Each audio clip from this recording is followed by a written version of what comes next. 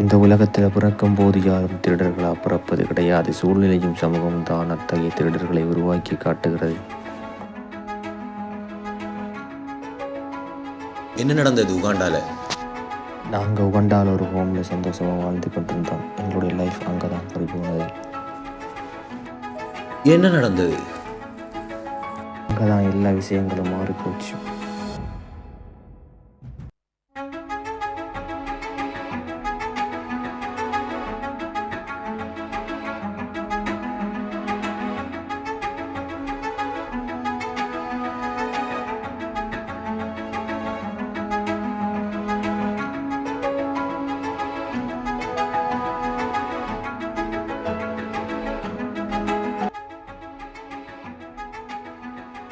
உகாண்டாவில் நாங்கள் இருக்கும்போது அங்கே அவ்வளோ ஃபேமஸாக கிரிக்கெட்லாம் இருக்கல. ஏன்டா அங்கே அப்போ தான் வளர்ச்சி அடைஞ்சு கொண்டு வந்துச்சு. இப்போ நானும் என்னோடய ஃப்ரெண்ட்ஸும் கிரிக்கெட் பார்த்துக்கிட்டு இருந்தோம். எங்களோட சீனியர் ஒரு நாள் வந்து எங்ககிட்ட தேவையில்லாமல் எல்லாம் பேசினான். என்ன அறியாமலே அவனை அடிச்சிட்டேன். அங்கே தான் எல்லாமே மாறிச்சு. என்ன நடந்தது? அன்னைக்கு திடீரென்று எங்கள் ஹோமுக்கு போலீஸ் வந்து எங்களை பிடிச்சிக்கிட்டு போனாங்க. 3 வருஷம் உள்ளே இருந்தோம். வெளியில் வந்த பிறகு எங்களுக்கு யாருமே வேலை தரல. நாங்கள் வெளியில் வந்த பிறகு போகாத இடமில்லை, தேடாத வேலை கிடையாது. யாருமே எங்களுக்கு வேலையும் தரல. இதுக்கெல்லாம் காரணம் அவர் தான்.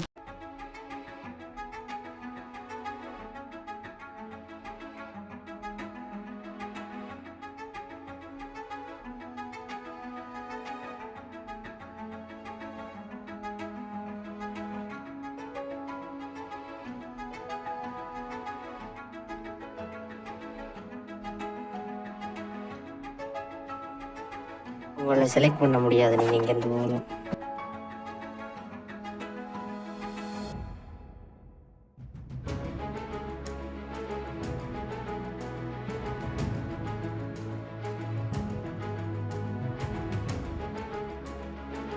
சாப்பிட்டீங்களாடா?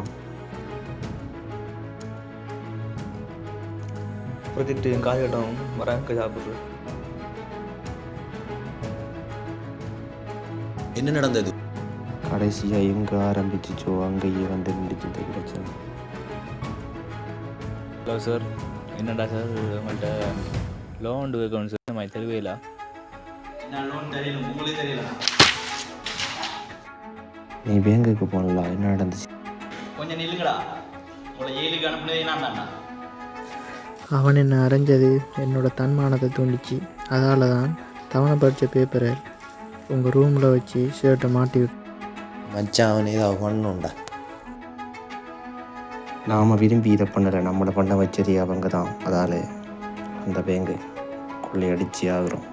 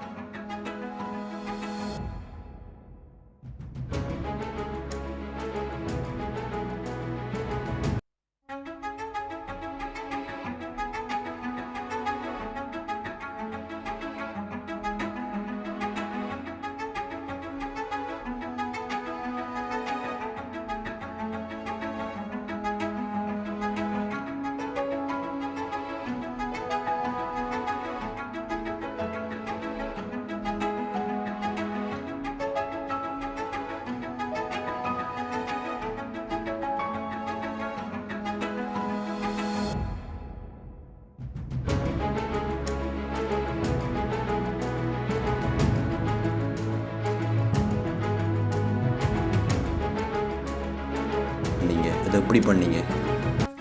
யாரெல்லாம் இதை சேர்ந்து பண்ணீங்க? இதை எப்படி பண்ணீங்க? நீங்கள் நினைக்கிற மாதிரி நாங்கள் 4 பேர் கிடையாது. இன்னொருத்தன் இருந்தால் மொத்தமாக சேர்த்து 5 பேர். அந்த பேங்கை எந்த விதமான தடைகளும் இல்லாமல் நாங்கள் நினைச்சதை விட லேசாக கொள்ளையடித்தோம். இப்போ எப்படி அவ்வளோ லேசாக பண்ணீங்க? எனக்கு சந்தேகமாக இருக்குது. சந்தேகம் இல்லாமல் எனக்கும் இருந்துச்சு. அதுக்கான பதில் அவனை பார்க்கும் வரைக்கும் தான். அதுக்கு பிறகு தான் எல்லாமே எங்களுக்கு புரிஞ்சுது.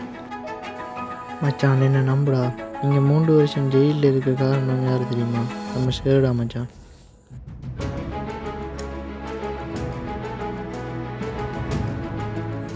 என்னது? இல்லை, இதை ஷேர்ட்ட உடனே சொல்லணும். தனுஷ் நினைக்கிற மாதிரி அவனுடைய ஜூனியர்ஸ் வேறு மெம்பர்ஸ் போகல. அவங்க ஜெயிலுக்கு போனாங்க. அவங்கள ஜெயிலுக்கு அனுப்பாது நான் தான். அது தெரியாமல் அவன் நம்ம கூட சுற்றிட்டு இருக்கான். அவங்களோட சண்டை எனக்கு சாதகமாக பயன்படுத்தி கொண்டேன். என்னுடைய உயிர் நான் அதை வச்சு காப்பாற்றிட்டேன். அவங்க பலிப்படாவாயிட்டாங்க. அவர் உங்களுக்கு செஞ்சதுக்கு பழி வாங்க ஒரு வாய்ப்பு இருக்குது. எப்படின்னா அவரோட கருவு பணம் சனிக்கிழமை இங்கே வருது. நீங்கள் அதை ஞாயிற்றுக்கிழமை கொள்ளையிடுங்க. நீங்கள் எல்லாத்தையும் நான் பண்ணி சார் பேங்கை கொண்டு எடுத்துட்டாங்க. நீங்கள் ஆரம்பித்த விளையாட்டு அதை நான் ஆட போகிறேன். ஆள் இல்லாத இடத்துல வந்து நீ நிரூபிக்க போறியா, இல்லை உனக்கான சவால்கள் இருக்கிற இடத்த வந்து நிரூபிக்க போறியா? உனக்காக நான் காத்துட்டு இருக்கேன். அப்போ நீயே இங்கே வந்த? எல்லாம் முடிஞ்சதும் எனக்கு பணத்தை கொடுத்து இங்கே அனுப்பி வச்சுட்டான். அங்கே என்ன நடந்துச்சுன்னு எனக்கு தெரியாது. அப்போ அடுத்த கொள்ளையாவும் பண்ணலையா?